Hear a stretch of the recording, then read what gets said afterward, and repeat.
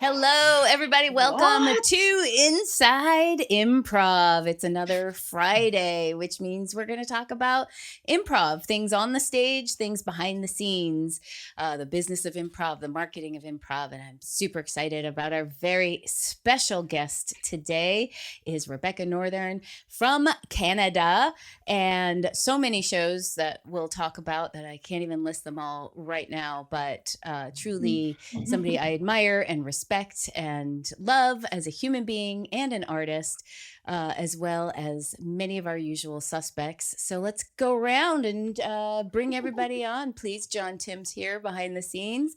Hello. Yay, John Tim. Hello. Hey. Hello. And we have our usuals. Joe Bill. You want to say hi, Joe Bill? Sure. Hi, I'm Joe Bill. I'm in Chicago. And in honor of our Canadian presence today, I think we should talk about improv and impro.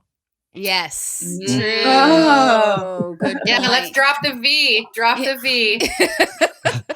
Don't drop the V. V. I still feel like I have a part here. That's going to be our first topic of conversation. Thanks for bringing it up, Joe. Shit. Elise Rodriguez is here. Hi, Elise. I'm here coming at you from Sarasota, Florida. Covered in sand. Today. She wants you all to know. Covered in sand. I've got sand in my eyes. And I really do. Velvet Wells is back. Hi, Velvet. Hey, everybody. I'm coming in from the colonial center of Canada, Ottawa. Amazing. Or Toronto. Depends who you talk to what the center of Canada is. That's the official political center, correct? Yes. And Ottawa is always pronounced in a way that I struggle with in the official, as I think we grew up saying Ottawa, but there's like a longer O in the middle in Canada. Will you say it how you say it? Ottawa? I mean, I heard, this is new to me, but Okay. I also was told that I pronounced Toronto wrong because I actually pronounced the T and the O at the end of it. So I don't know. Yes. I'll let you know in a month. Okay, great. I was trained by Canadians for sure to do the Toronto. Little Toronto. No T. Well, only Torontonians want you to say it like that. Yeah. The rest of the country says Toronto. Okay. If they're being polite. Yeah. Yeah. Rebecca, welcome. So excited to have you here. Yay. Thank you. Yay. And It's a pleasure. You were living in Toronto for a very Toronto. long time. Because you're not there right now. So Yes. I moved to Toronto in 2001. And was there up until about 3 years ago. So for a while I said Toronto, but I'm now back to saying Toronto. I'm in Stratford, Ontario. I'm 2 hours outside of Toronto. and were you born and raised in Calgary? I sure was. I don't know what it is, but I have an affinity for Calgarians. You know what? A lot of Calgarians really like you. What? That's nice. Yeah. No, it's Do true. tell. It's a thing. I was with Bruce Horak today. I mentioned your name and he just lit up. He was like, oh my God, I love her. And yeah. Thanks, John.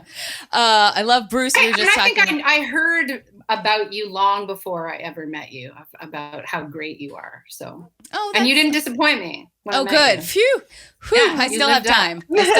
You lived up. And we first met in the fringe environment, not the improv environment, actually. I think so. I was was it Vancouver? Yeah, it was Vancouver Fringe. I was there for that, and you were there doing Blind Date at the Colch at that time. Oh my gosh, that's a long time ago. Yes. And it was the first time. Wait, no, that was when I came up to see it. You were doing it somewhere else. I think just like a one-off or something. So it was even longer ago than that. But let's just start with Blind Date. That was our moment of connection. And Bruce also is in that. And let's actually go back all the way to Calgary. So you grew up in Calgary because that's where Moose is based, Keith Johnstone. Yeah. Whose book is called Improv. No V there. No V. Why is there, why can't we decide as a group whether it's improv? You know what, or honestly? improv? I think it's the same as you spell color COLOR and we spell it COLOUR. Yeah. Yeah, but why would you put a U One in of it, those really? things. Well, It's interesting that a country that is so interested in melting pot and putting all of you into something took the U out of your spelling. Okay, peace out. I'm good. Bye. And we're done. Thank you all for being here today. We'll see you next week. It's been a great one. So were you interested? How did you come to performance, to acting, to improv? Where did it start for you? in a very unhappy childhood home. It was a great way. I know, Joe Bill, we've talked about this. I know. You know, when mom and dad are fighting, you can hide or you can put on a show, and you can change the energy in the house. So I honestly, if I'm really like digging down, and I think that's probably what the roots of it is. Like, hey everybody, let's be in a better mood. And also love me.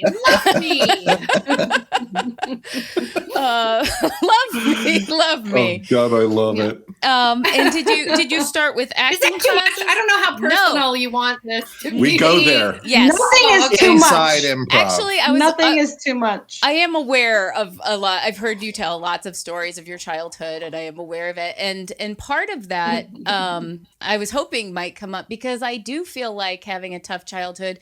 You, as a woman who came up in improv at a time where it was extraordinarily male dominated.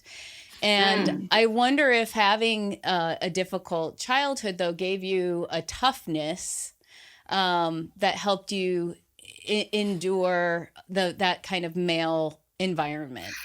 Would you say that's an interesting thought? I think, maybe. I think also I was bullied really badly as a child at school, so that kind of toughened me up. And I had a lot of uncles.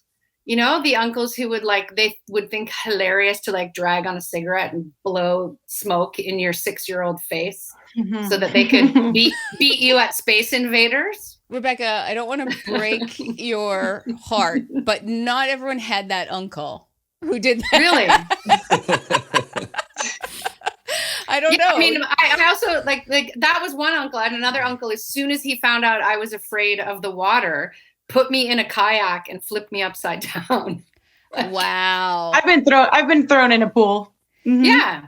Oh, you're afraid? Yeah. Let's throw you in the deep end. Yeah. As an adult, I remember going back to that uncle going, what if I had told you I was afraid of fire? Like, what would you have done? Put you in a kayak, turn it on, flip it over, turn it on. Yeah, just would have thrown fire on top of the kayak. Yeah. Little Viking funeral for little Rebecca. Oh. So yeah, maybe that sort of like, you know, perfect storm of and I think also I was a bit of a tomboy growing up too, right? Like I started improvising in 1988. So it just was what it was. Like I had nothing to compare it to. Mm-hmm. Really. And did you find, I have found that a lot of my women friends who have, I don't know what that buzz is from. I don't know if that's from me. Is anyone else hearing that buzz? There we go. Little crackle. Yeah.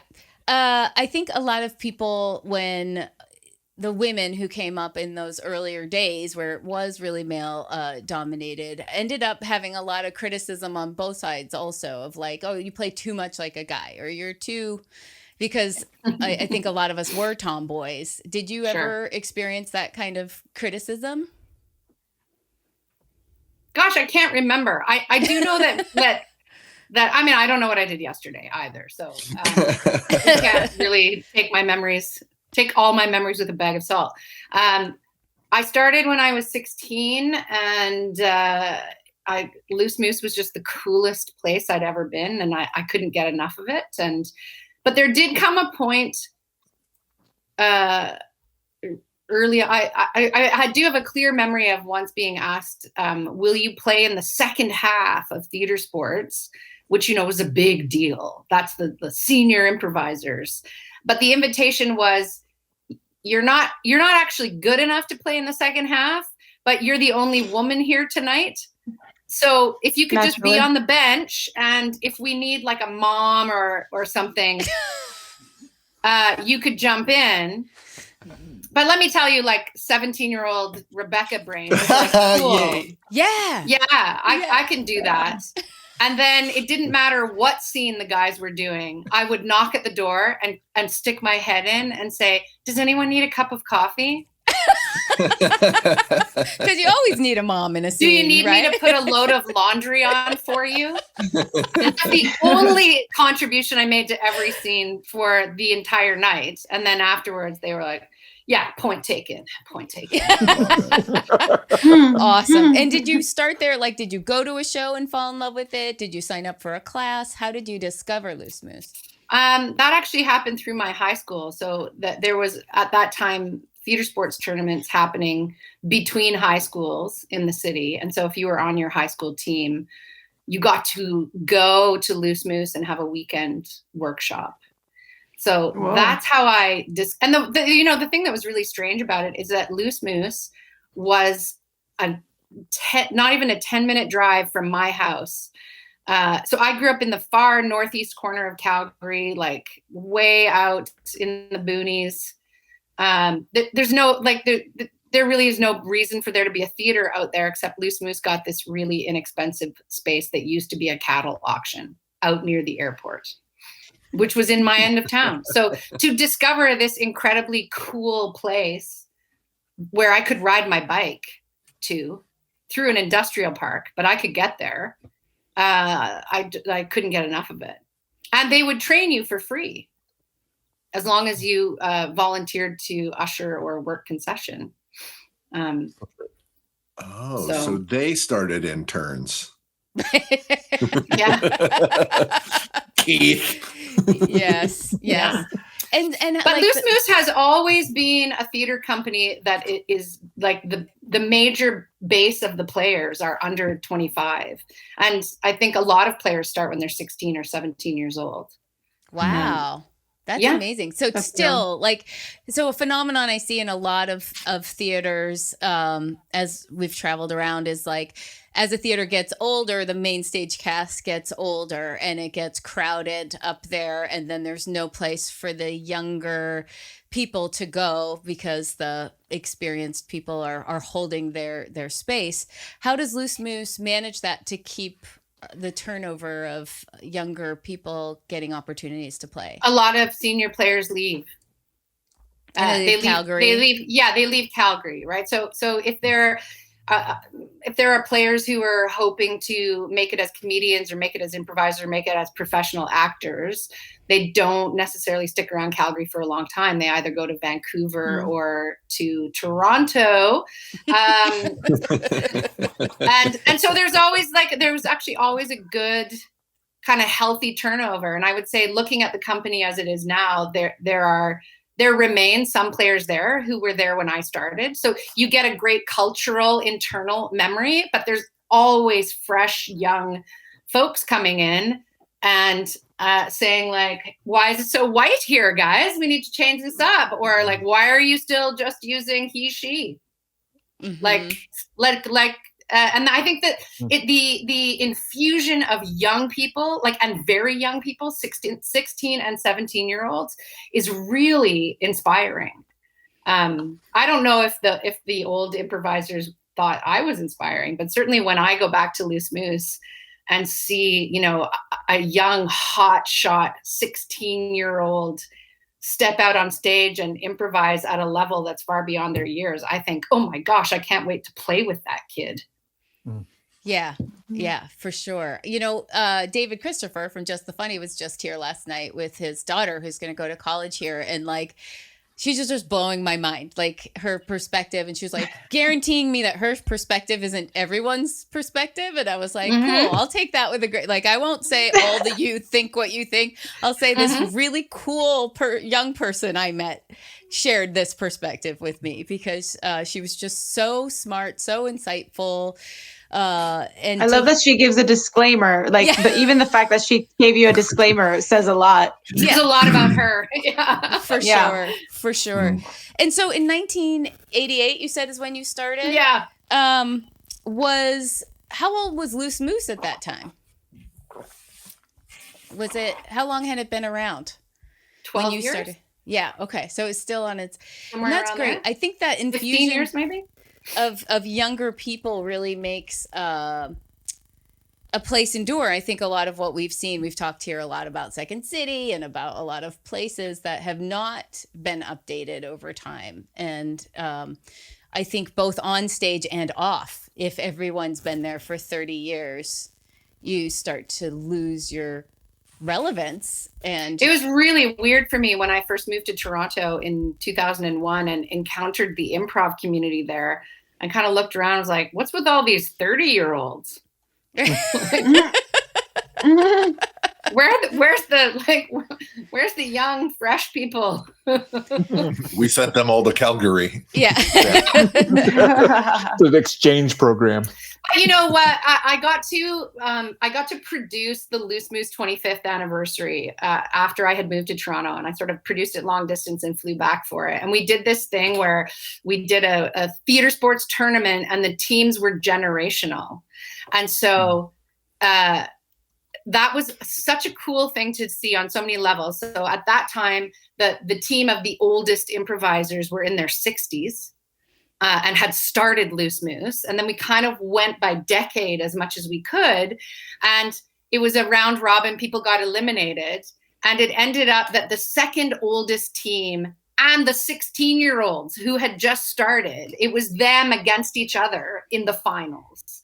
And it was like, that's amazing. That's amazing. And you know what? The 16-year-olds won. Like, they cleaned their clocks. It was great. Of course they did. Yeah. It was great. But seeing, whatever that was, and however many decades that we managed to kind of like, we weren't sort of, maybe it was less than a decade, but it was also really interesting at that time to see the different styles of improv based on where people were in their lives, That's incredible. So I feel like that diversity of age is so important, because I remember when I moved to Sarasota, I came from Miami, where everybody was kind of moving quickly, and it was very much like Second City style.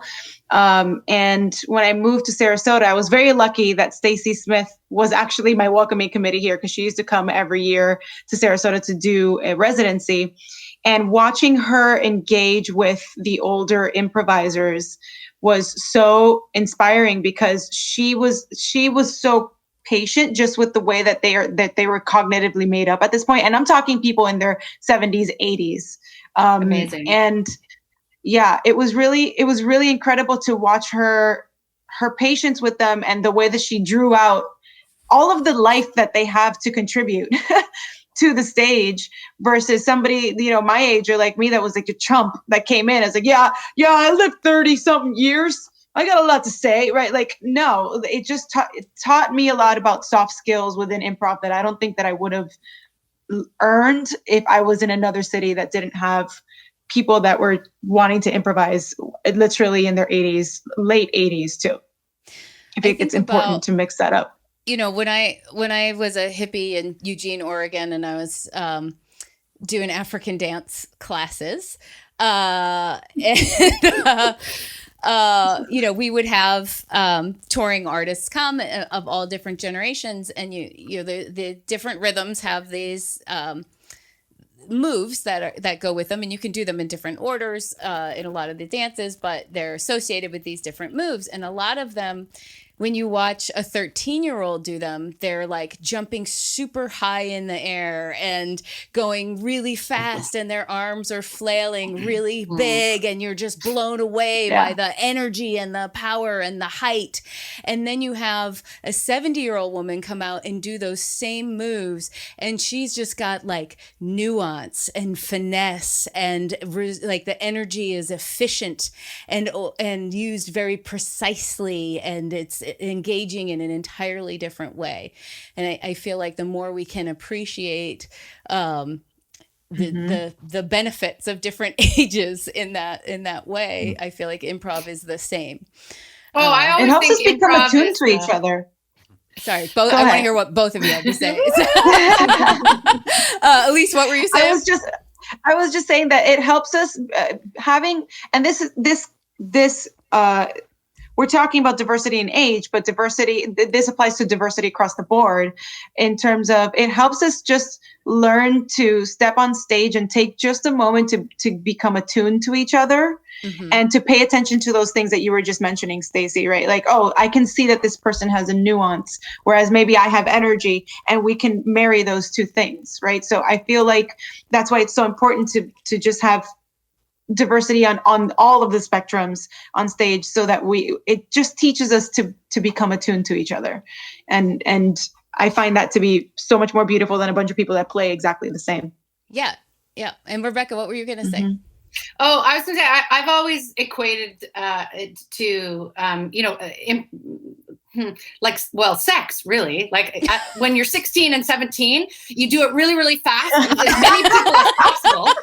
And you just love it, and it's very athletic. And then, like, as you get older, you're like, you know what? We could take our time. There could be chapters. I have a slightly more select group of people that I do it with now. Right. And I know kind of which ones are worth my time and energy, and which ones are not to my taste necessarily. Totally. And then you still as an improviser have that experience where, you go to a festival and you meet a new person and you step on stage and you go, oh, hi, Joe Bill. This is going to go well. I can feel it. You do know right away. Yeah, for sure. Actually, I met Joe Bill in Dubai, and I sat in on his workshop, and he was in the middle of explaining a concept, and I was weeping at the back of the room because I was like, oh my God, yes. I must get on stage with this. Yes. Then, say it again, Joe. Say it one more time. So many short form and long form jokes in my brain right now. In that workshop, because I felt her presence, and I had of course known of Rebecca for years, but then she's finally there. I was like, oh my God, Rebecca Northan's watching my workshop. Okay. And then I wanted to demonstrate something, and I hardly ever will demonstrate for a class. But then I said to Rebecca, would you mind coming up and just doing a thing with me? And she went, sure. And then it was just, then in my mind, it was like there was an orchestral swell behind us, and we slowly took our place on stage, and we did kind of a Meisner-y eye contact thing. Yeah. And it was perfectly executed. And then when I snapped out of it, I kind of looked at the students like, oh, was that okay with everybody? It's so intimate. I always call that just like a moment of falling in love with somebody on stage, and in the festival 100%. times.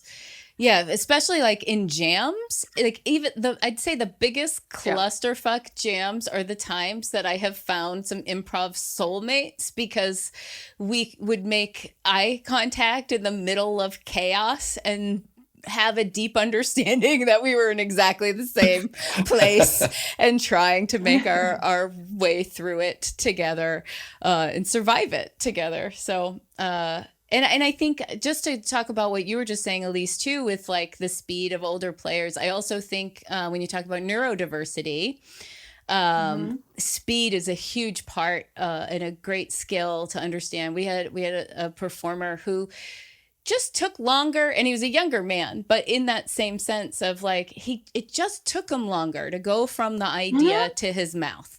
But if you were looking him in the eye, you could see it wasn't panicked and it wasn't void. It was coming. And you had to really see it. And if you waited, it was always the most interesting and delicious and surprising gift if you gave it space. And there were people who loved playing with him, and there were people who really struggled playing with him. And I think those who struggled just didn't feel comfortable leaving that a little bit of breathing room. They wanted to jackhammer through the scene. Yeah, we know. Yeah. And I think the audience panics a little too, right? So they're seeing that moment. They're not sure. They don't know that person. They don't know if they're going to be able to get that thing out. And then when they do, the laugh is amplified by the relief of, they not only did they do it, they exceeded my expectations. So, and wouldn't it be great if the joy of meeting someone exactly where they are, though, it's happened on quite a few occasions over the years of doing Blind Date that we've met a stranger, a non-performer in the lobby, and thought, wow, you're great. Do you think maybe you might want to do the show with us? You want to be on the short list? And within the first maybe 10 minutes of being on stage with a few of these folks, I've kind of gone, I think perhaps the gentleman across from me might be neurodivergent. Maybe I'm just going to shift my energy and kind of go like, so how do we fit together? How do we fit together? And it's so pleasurable to give up control that way. So this is a perfect segue into Blind Date for those who don't know. So Rebecca does a 90-minute show with an audience member as her main other scene partner, and there are a few other improvisers who participate and help keep the pace, but it's mainly you interacting with an audience member. So let's start with when you all interact as people are coming in with the audience, and that's your selection process, right? You're seeing who's game, who might be fun. What do you all think about? If I were trying to do that for you, what would you tell me to look for, and what would you want me to try to find for you? Well, that one of the sort of thumbtacks or like signposts for all of my work is that the show starts in the lobby. And so for me, that's everything from curating the space and going, how do we make this more comfortable? Like, let's drape fabric, let's put cushions, let's put candles and twinkly lights and have music in the lobby. So it's not a dead space. And then it's also when we're mingling with the audience in the lobby, we approach it as though we are hosting our best house guests, like our most favorite house guests at our own home. And the first pass that all the improvisers do when they walk through the lobby is literally sort of visual energetic. So we say, walk through the lobby, and who's shiny? And there's just sort of a gut instinct about it. Who pops for whatever reason? And then on your second pass, if they still pop and they make eye contact, engage with them, chat with them, do small talk, see how they heard about the show, etc. And you can kind of see, are they lighting up as you continue to talk to them, or are the lights starting to kind of dim because they're like, there's too much attention on me. Yes, I don't want to participate. And that's really the first kind of meeting them where they are. Mm-hmm. Yeah, we for our Shakespeare show, we started doing greeting the guests as they came in character, and many of us in the Shakespeare cast are also in another group together, and one of the improvisers from that group who's not in our Shakespeare came, and he shrunk down when he was he was like, I hate this. Me too. I hate it. I'm in the audience. I hate it. I'm like, please don't talk to me. Please don't talk to me. I don't want to participate. You don't want me to participate. Like, yeah. So even a seasoned performer like yourself might be somebody who's just not comfortable with that.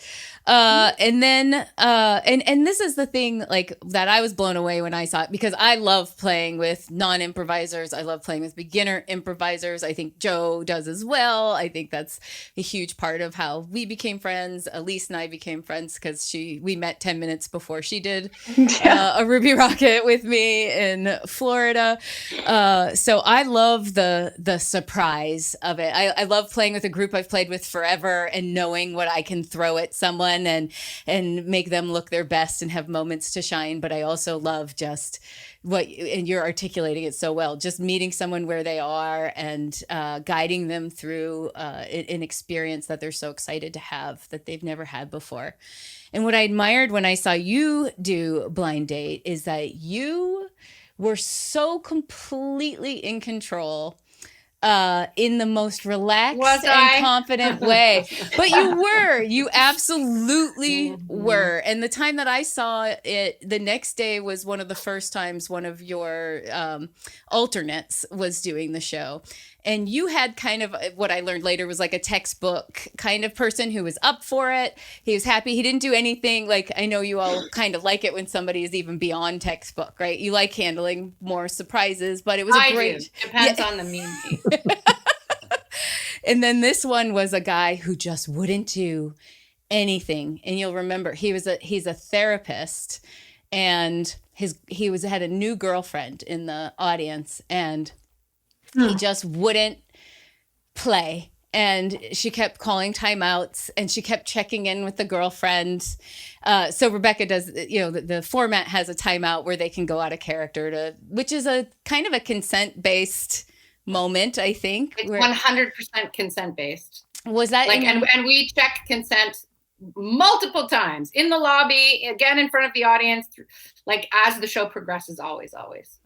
Which I think is so important not to gloss over, because it's such a power position. You've taken somebody out of an audience, you've put them on stage, they're terrified, and they may feel pressured to do things. And I love the subtlety of the communication of it all, that just kind of leaning into somebody. We all know Mimi's ready to get kissed, and whether or not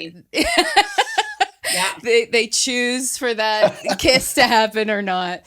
Well, they choose, you know what? Blind Date's been running for 10 years. So the kiss happens less and less. Like the culture has changed. So in the early days of Blind Date, I got tongue in every show. Wow. And that just doesn't happen anymore. Especially now.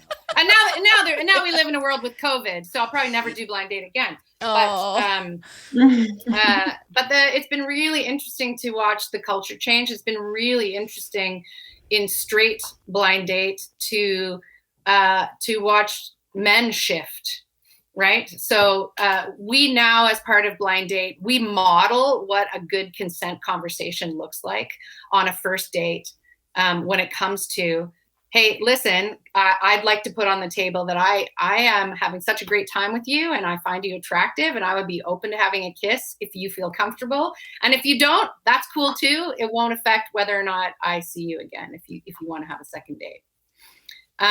Okay, that was the most beautiful thing I've ever heard in my life. Yeah, right? It's not that kiss hard. You now. Thank you.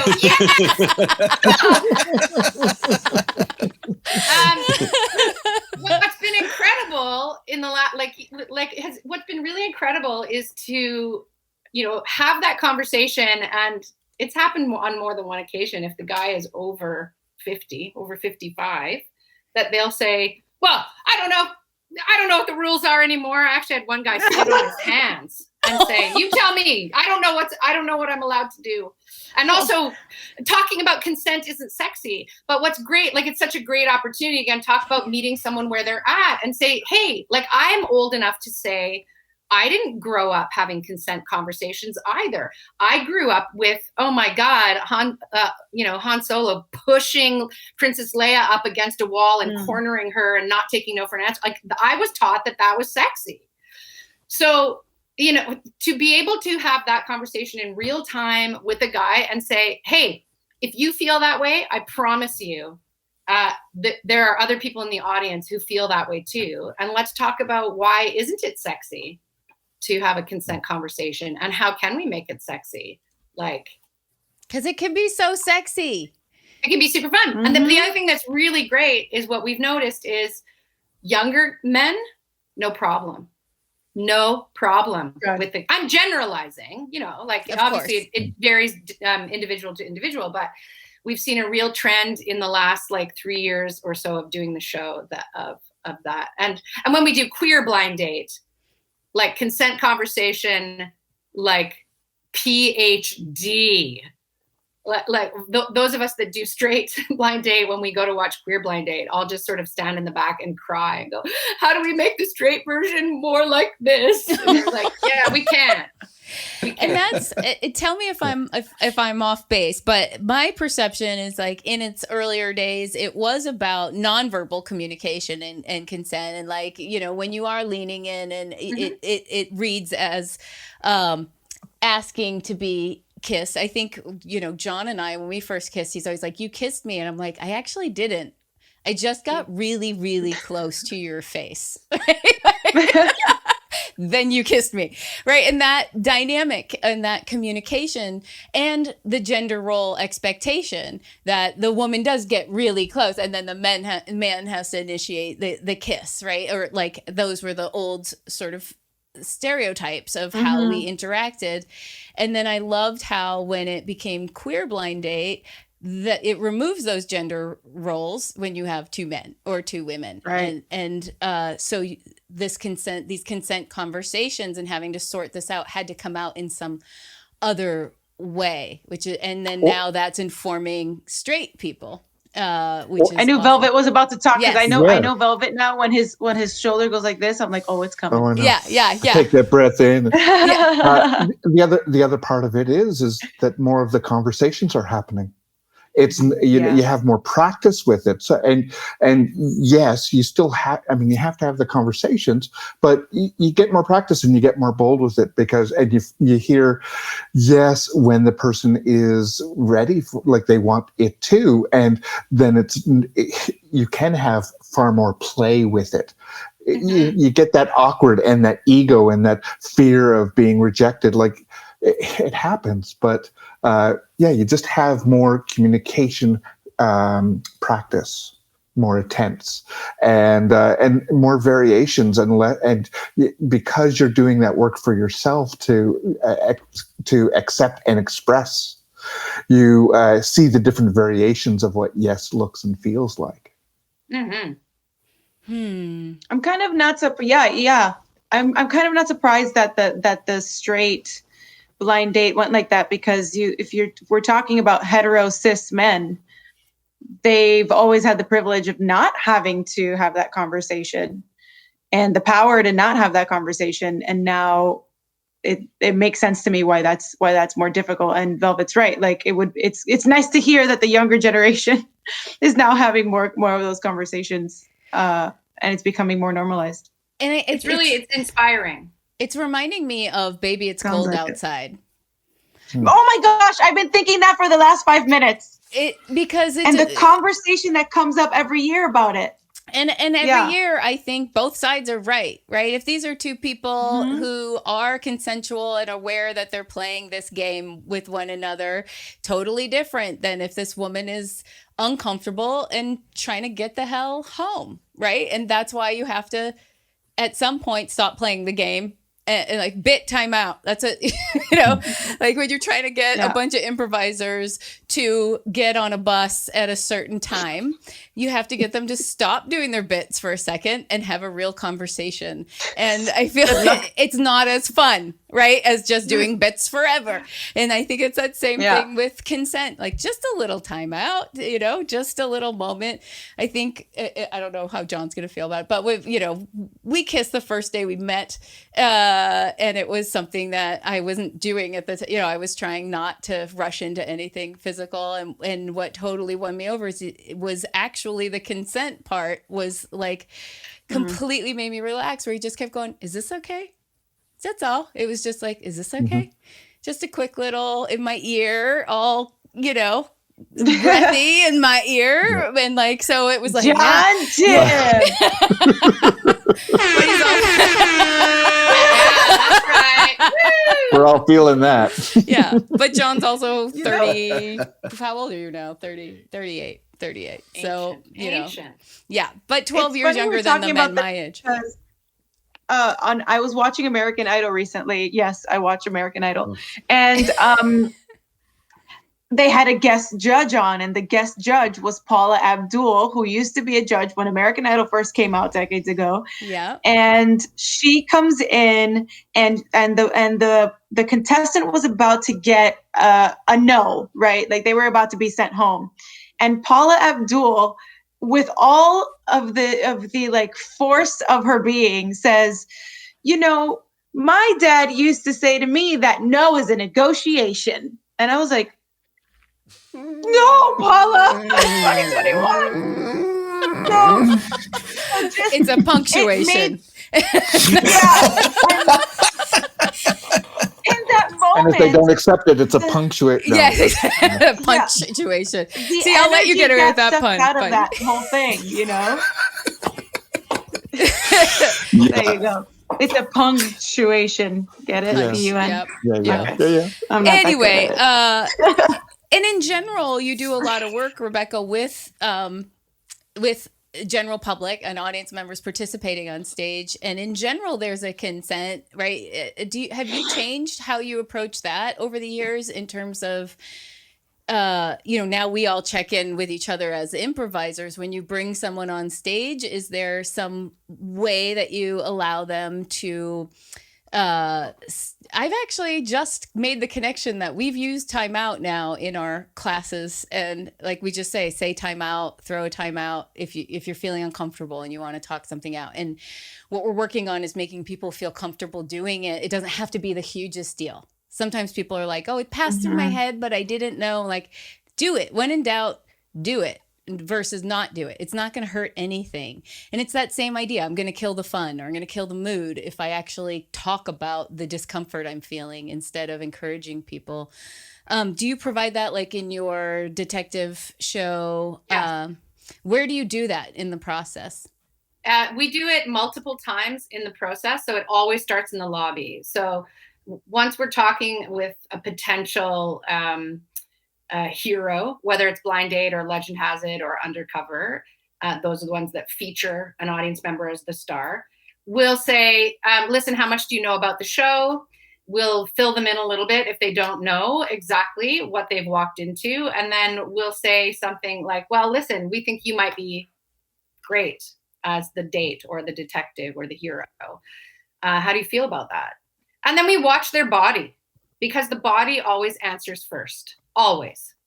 Before they open their mouths, you see it immediately. And especially if it's Blind Date, we also watch their partner, if they have a partner, because a yes needs to come from the partner as well. So that in Blind Date will include romantic partners in that conversation. And then what we'll say is, okay, so here's what else you need to know. If you end up on stage, we do have something in place for your care and your comfort and to give you control. And that is, you can stop the action anytime you want. And that's part of the show. You're not ruining the show. Do you have any questions, any concerns? That's all a conversation in the lobby before they ever agree to be on the maybe list. So, and we usually in a given night have maybe 4 or 5 potential guest stars on our maybe list.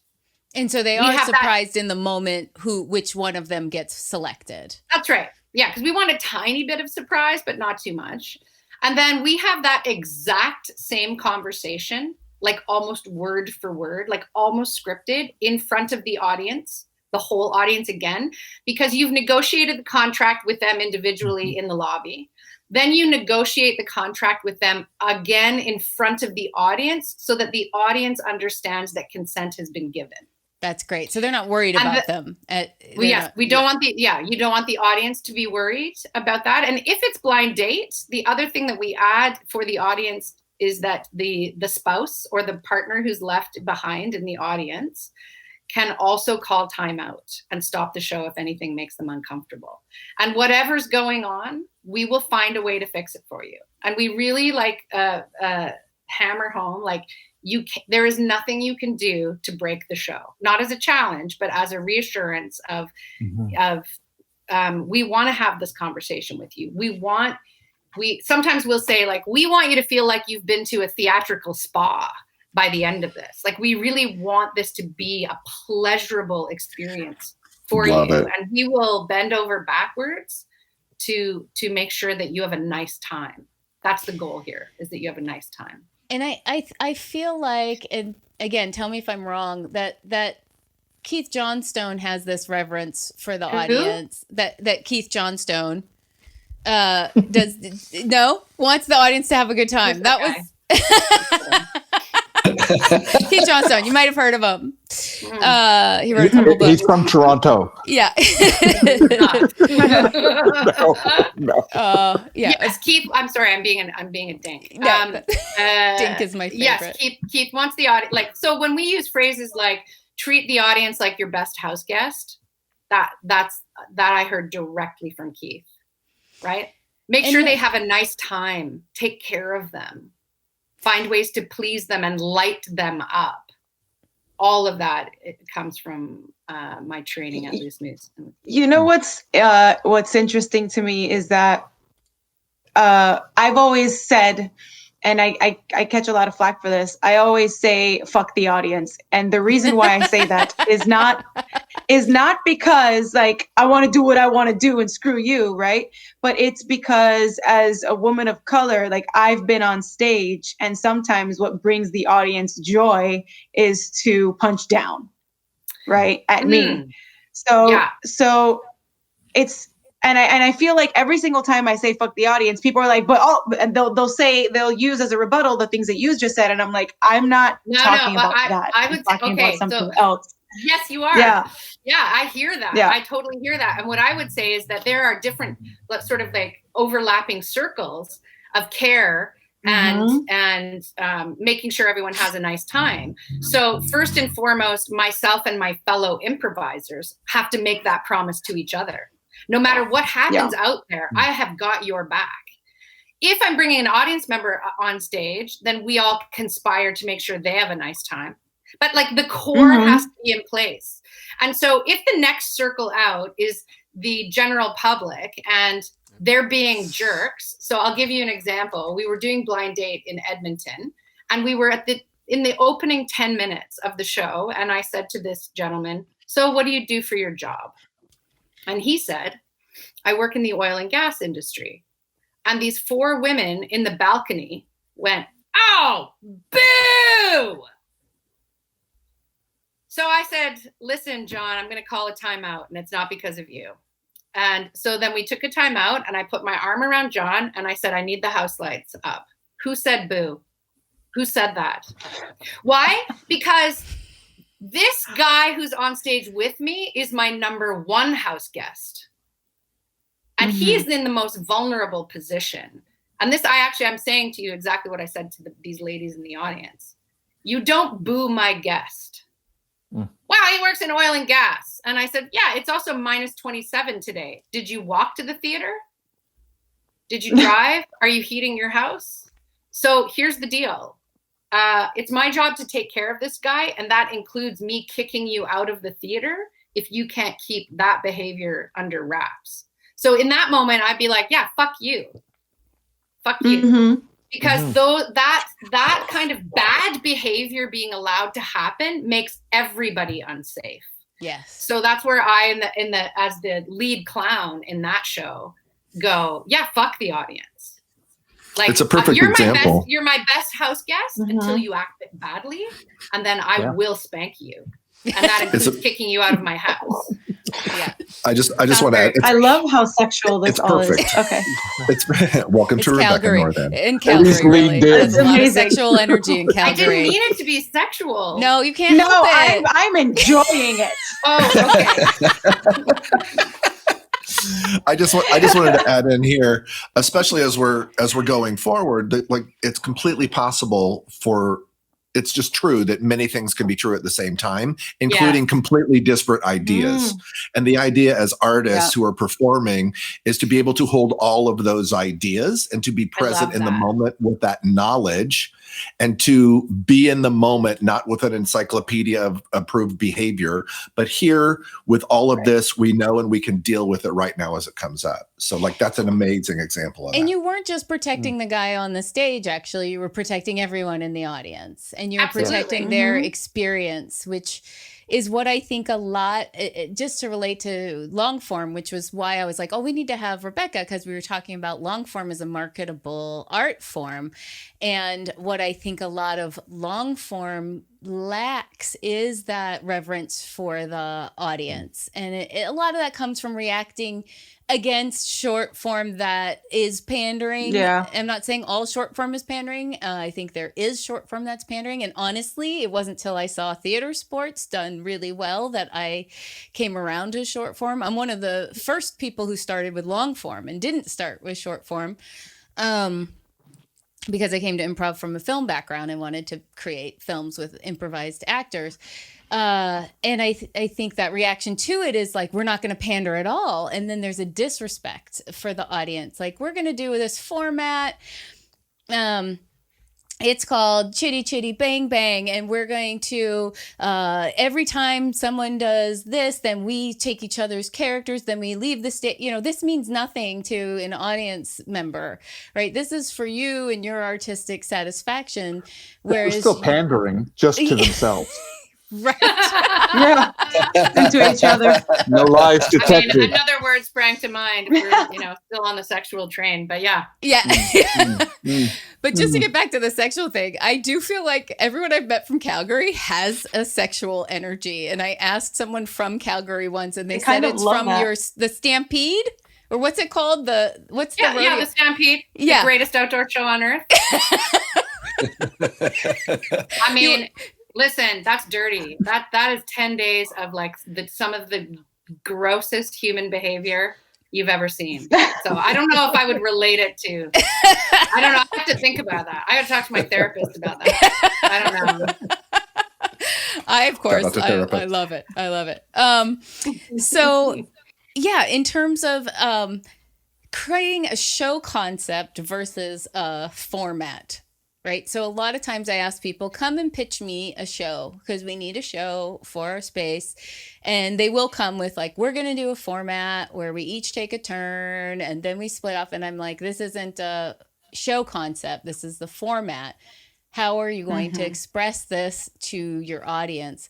Where did you get your marketing brilliance? Because I think you're one of the best in the world, seriously, Rebecca, at creating show concepts, marketing those concepts in a way that is compelling and interesting and still incredibly theatrical and artistic, and in no way, in my opinion, like pandering.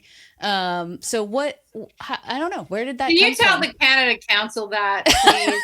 I will, gladly. Because you know what they don't fund? Improv shows.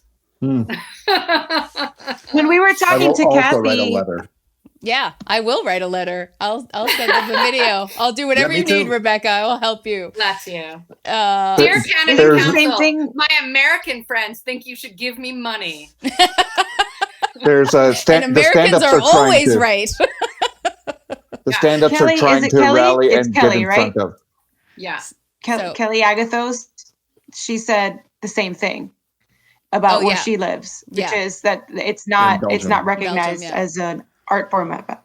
Yeah. What were you saying, Velvet? That stand-ups are trying to get more recognized as an art form? There's a Canadian advisory group that is lobbying the government to recognize comedy as an art form. And they have a few different email kind of forms that you can put in your address, and it will address specific politicians to help lobby to get it recognized.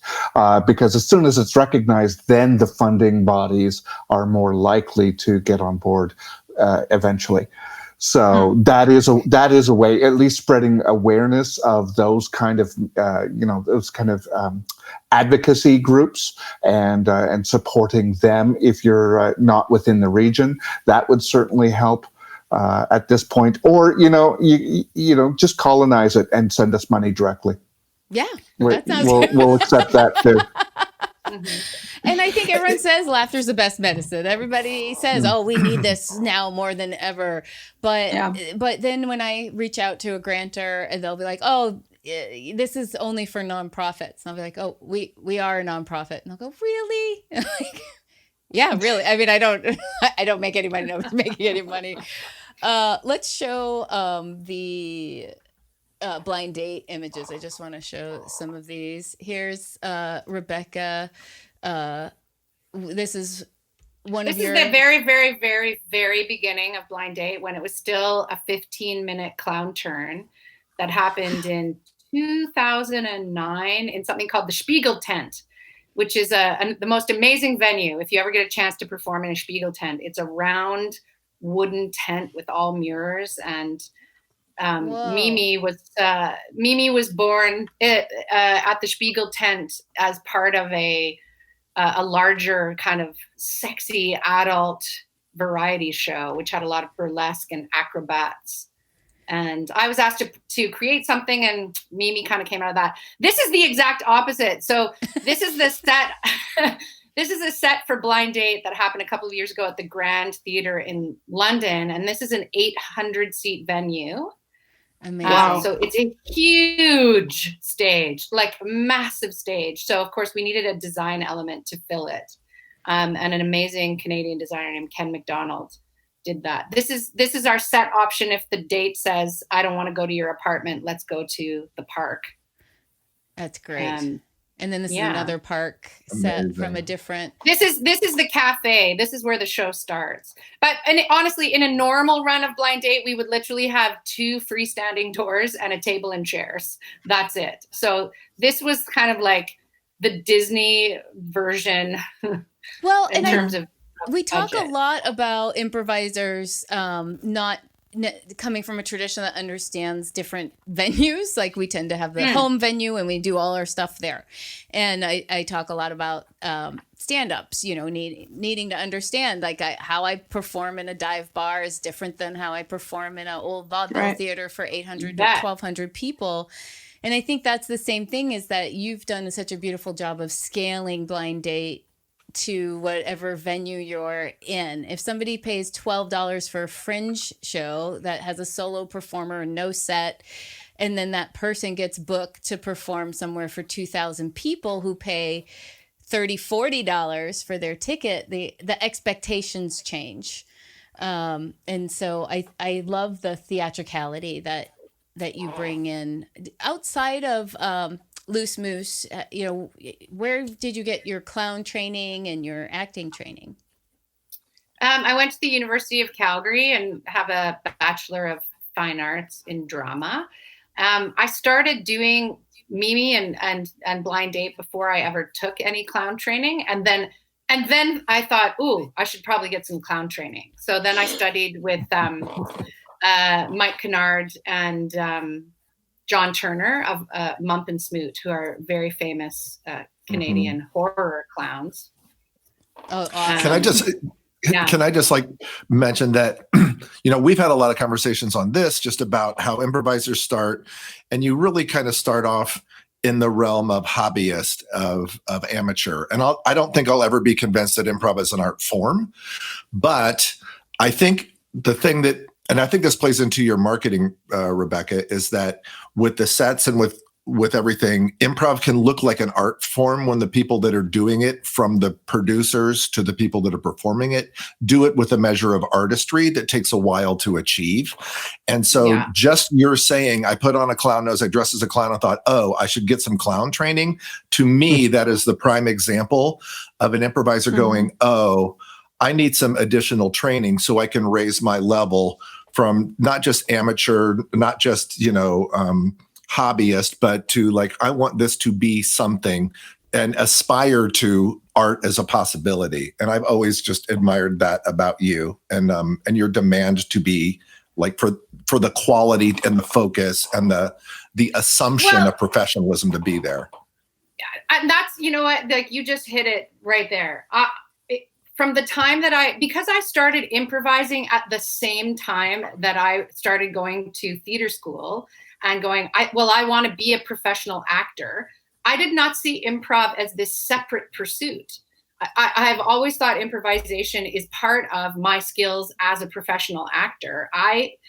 It both shocked and completely pissed me off as a young actor when I would get cast in a mainstream play with other professional actors. And on the first day, someone would say, you're that improv chick. Are you going to be able to handle this scripted material?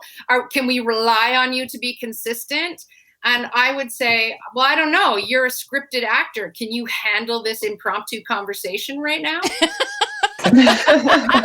Like, what are you talking about? So, and can you perform with a sense of being fully present and authenticity and reacting? Debatable. Yeah. Debatable, depending on the actor, right? Like, no, a glass just smashed. Let's continue doing the actions that we've rehearsed. Like, but there's glass, guys.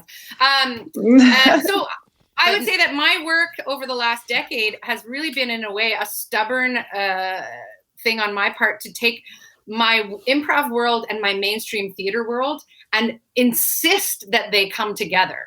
I insist that they intersect. And I really insist that improvisation be given the same respect as scripted theater. And that is a continuous uphill battle, one that I understand. A lot of improv is really bad. But a lot of scripted theater is really bad. Really bad. It right? is a And lot. then the thing is, like, with the scripted stuff, is like, well, you did a workshop and then you rehearsed it like that. Yeah. That's And you proven. never saw or felt that it wasn't working. I had John bring up that picture of you doing because now you have done improvised Shakespeare alongside Shakespeare, top of the nation Shakespeare. Well, this is like we came this close and then COVID hit. But I'll say this is the marketing image for an undiscovered Shakespeare that I pitched as a workshop idea to the Stratford Festival, which is the country's one of North America's largest professional Shakespeare festivals. And after I had done Blind Date for a while, and then we'd had some success with Legend Has It, I said to myself, what's the next hardest thing? Wow, what if we involve an audience member in some way in improvising Shakespeare? And so I pitched the idea to the head of new play development at the Stratford Festival, because I'll tell you, one of my philosophies is like, what's the worst anyone's going to say? No. So it cost me nothing to, send off an email and go, what do you think of this idea? And then they wrote back and said, yeah, let's do a 1 week workshop. And I was like, oh no, now I'm this is terrible. And so we got together for 1 week. They gave us enough money to get together for 1 week and try some ideas. And improvising in iambic pentameter, after 30 years of improvising, to step up on stage and go, wow, I'm afraid to speak right now because I don't want to fail, was like a really interesting return to beginner's mind. But because the first year of that workshop went well, the festival said, why don't you guys come back next year? And so they've kind of had us back workshopping this idea every year for 7 years, which as an improviser, I hate how long it's taking. Right. But it takes that long. I'm still very bad at improvising in iambic pentameter. I'm much better than that first time, but it certainly takes that long for the skills to kind of soak in. But it also took that long to very gently move the improv ball down the Stratford Festival court and go, see how we have academic merit? See how we have practical merit? See how we're not too intimidating? See how your audience responds to, now that, like, we've had audience members say, I suddenly have a better understanding of the 5-act structure now that I've seen you guys do it on the fly.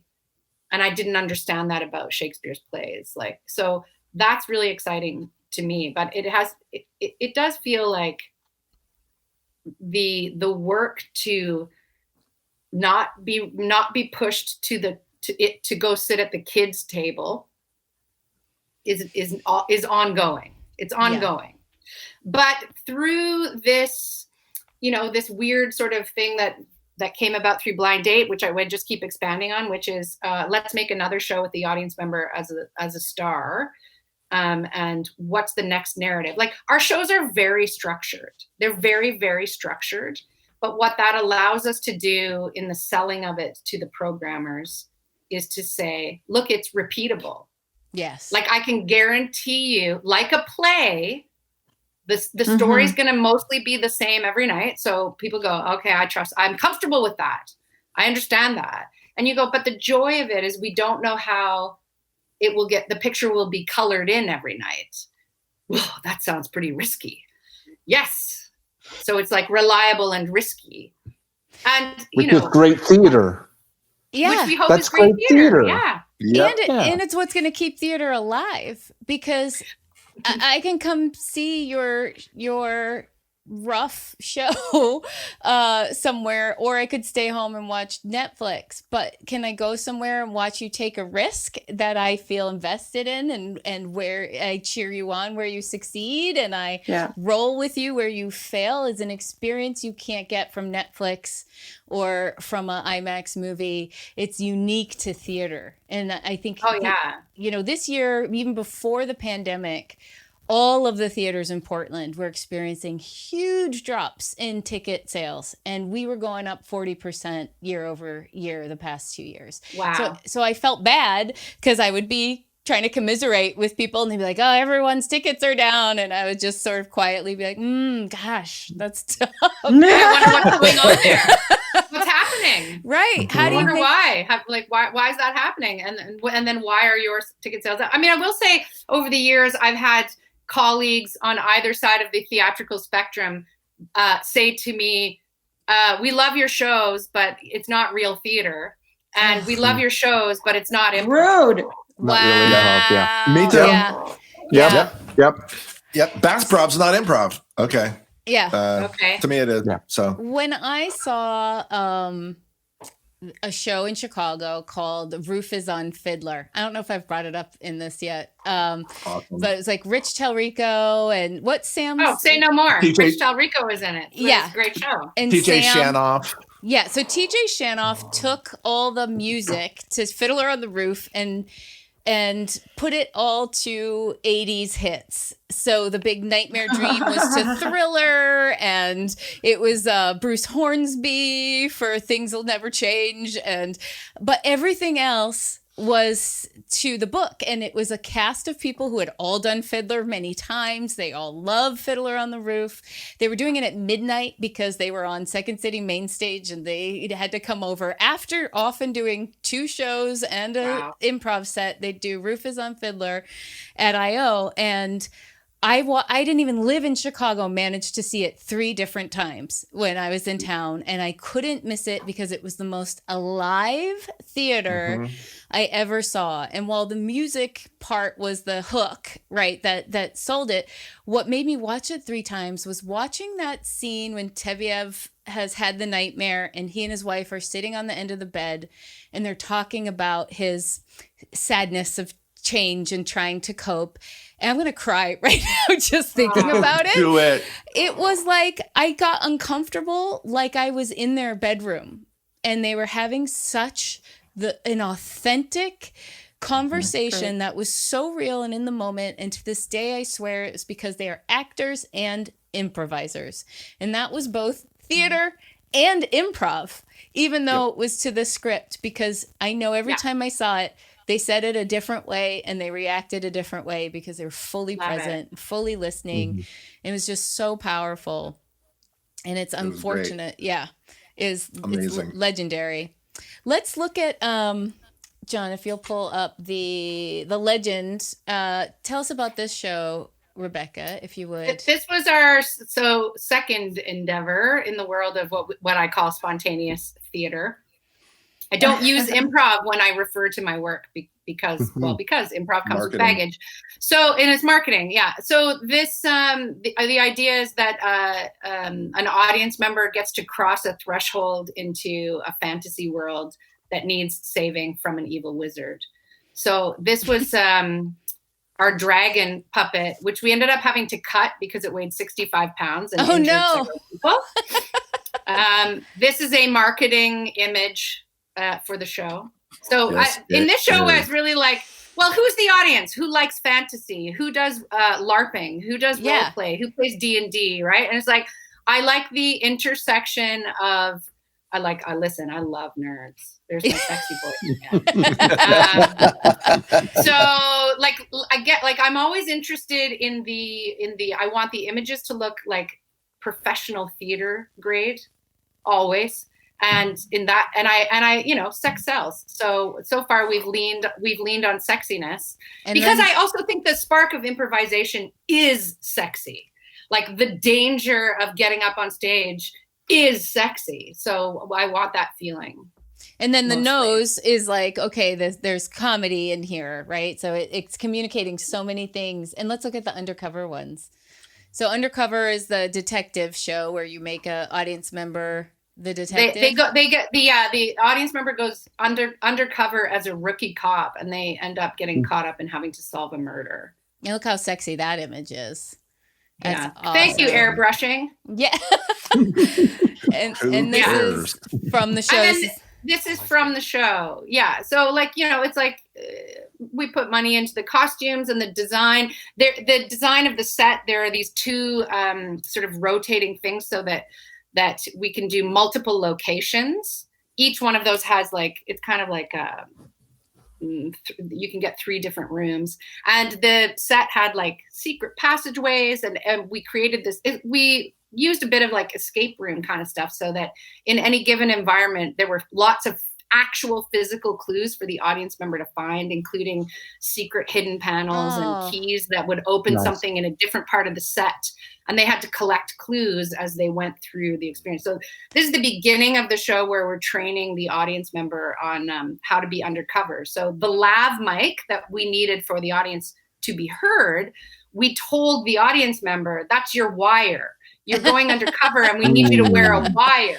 That's great. Oh my gosh. That's so brilliant. So that way so then this is look at that set. So that painting that's on the wall, the audience member, if they want to, can pop the eyes out and they can look from behind there. Oh my gosh. Amazing. Yeah. Amazing. So awesome. And I remember, when I got to go to Loose Moose and then I also was lucky enough to have a workshop with Keith. He's just like, every improv theater should have a couch with the thing cut out so that you can sit on the couch, lay down and disappear or appear from the couch. And Loose Moose had this big storage area. I remember you specifically in a scene where you were in a shop and somebody rolled out a rack of clothes so you could actually be shopping. And there's inexpensive ways of creating some theatricality. Well, because I grew up at Loose Moose and because Keith came from a mainstream theater background, right? So all of his theories in improvisation initially came out of trying to help scripted actors be more present and in the moment. So and his early improv group, the Theater Machine, would play on Monday nights during other companies' dark days. So they would be playing on sets with props, with costumes, with furniture. So growing up at Loose Moose, where yes, you could say, can I get a bed? And you and your fellow improviser can play a scene in bed with blankets and pillows, or can I get a kitchen or a living room, or can I get the rowboat, or could I get the car, which was a golf cart with no canopy and you could get in and drive around. And this, this is where the notion at Loose Moose of sonographers comes from. So we would always have 2 improvisers backstage who were asked to improvise sets. And Sean Kinley, who is an incredible teacher, a lot of people will know him, and another guy named Tom Lamb, really turned it into an art form by really just constantly challenging themselves So we would do nights of guerrilla theater where you could say to the scenographers, I'm not sure what I want to set up. Do you guys have something? And they would run out and peel back the carpet, and there's a chalk outline of a body, and then they run police tape. And you go, okay, great. We'll start with this. So that the idea is that you are improvising theater, which is why it's not just 2 black chairs or some black boxes. It's whatever beautiful piece of furniture you have, or can I get different lights? Can I get a soundscape? Can I get an offer from the stagehands? Is an exciting way to play. I was really shocked when I left Loose Moose for the first time and was like, where's your couch? Guys. We've had people say to us, I don't want any lighting changes. They'll fuck up your show. I don't want a musician. They'll fuck up your show. And I'm just like, why would you deny all the tools that come with theater? And there's costs, obviously, to a certain amount of things. But Bruce, when he did Ryan's show, Ryan Gladstone's show, No Tweed Too Tight, it was one black box that could be a bar, a desk, a bed, and then a bathtub. It's just how you laid the box down, which anyone can build a black box and paint it black. But having some way to just play with the world.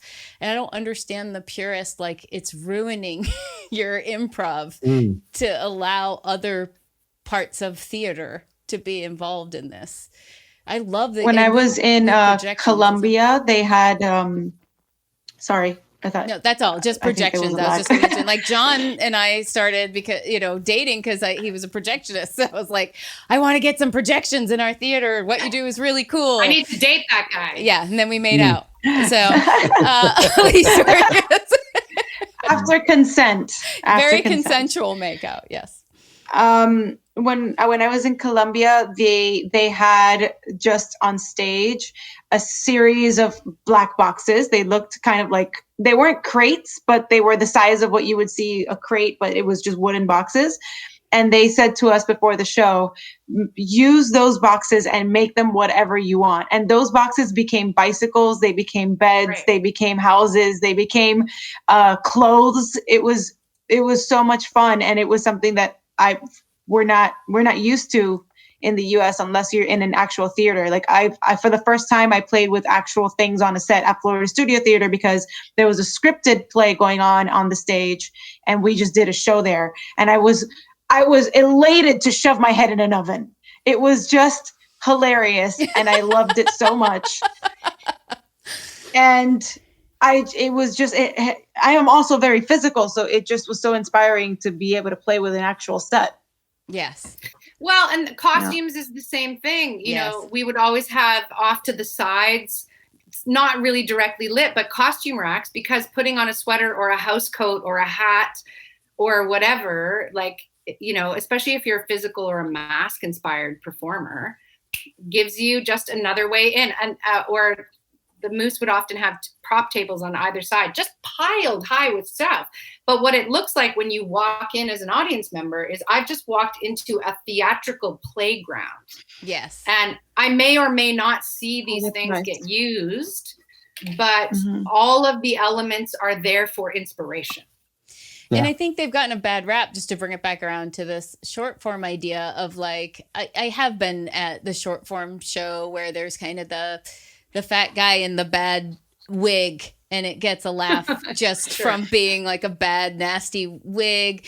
And like the joke is he's dressing like a girl, or, which I think is different than somebody putting on the wig and being like, I am now playing this character, whatever gender it is, and it's inspiring me. And so it's unfortunate that we've spurned a lot of those things, and we've been starting to incorporate those more and more, starting with Ruby Rocket, and then we did it with our Shakespeare as well. And just so fun to have, a hood, if you're playing a witch, a hooded cape, and or fairy dust or a little crown makes you move differently when you have a tiara on your head. So, well, I just realized we have been talking forever because I could still talk to you for another 2 hours. Is there anything anyone wanted to ask Rebecca before we go that I haven't asked that you've been waiting to hear her talk about? Will you come back and be our guest again? Oh my God. Yeah. Anytime. Like, this has been the highlight of my week. Believe me. And now I have a question. Yeah. Will you give me a virtual kiss? Oh, yeah. Yes. And when COVID is gone, believe me, there will be a knock at your door late one night. You'll be like, who the fuck is that? And before we go, Rebecca, this is your spontaneous theater. Yeah, I know. Doesn't it look like we're like Law and Order or something? It totally does. It totally does.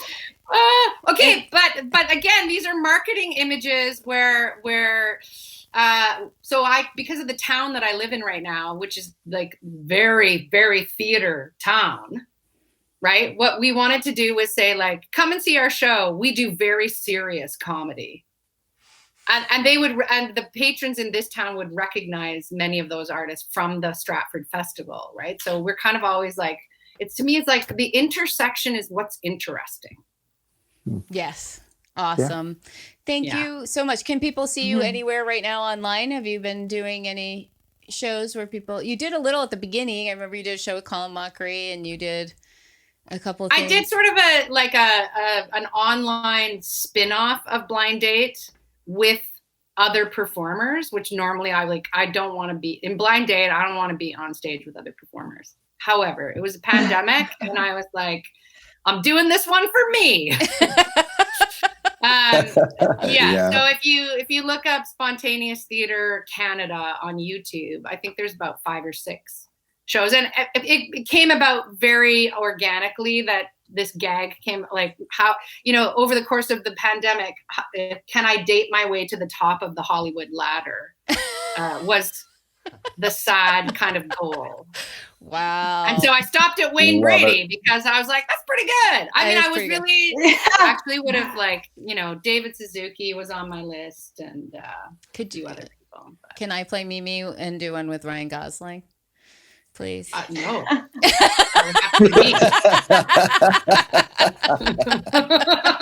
Just that one. I just want that one. That's not. Yeah. Come on. I know, right? Yeah. All right. Well, thank you so much, Rebecca. Everybody keep your eyes peeled. We didn't really talk about marketing, so that'll have to be. Yeah, we'll do another one. We got it. Yeah, we'll do it again. We'll talk more. You guys are the best. I love you all. We love you. Love you, Rebecca. Thanks, everybody. See you next week. Velvet, make sure you meet my sister in Ottawa. Yeah. Okay. She's a massage therapist. Oh, I want to go to Ottawa. Yeah. Woo! Look at this outro right here. Yeah. John, Tim. Wow. The production Speaking value. of marketing, Love it. Come on.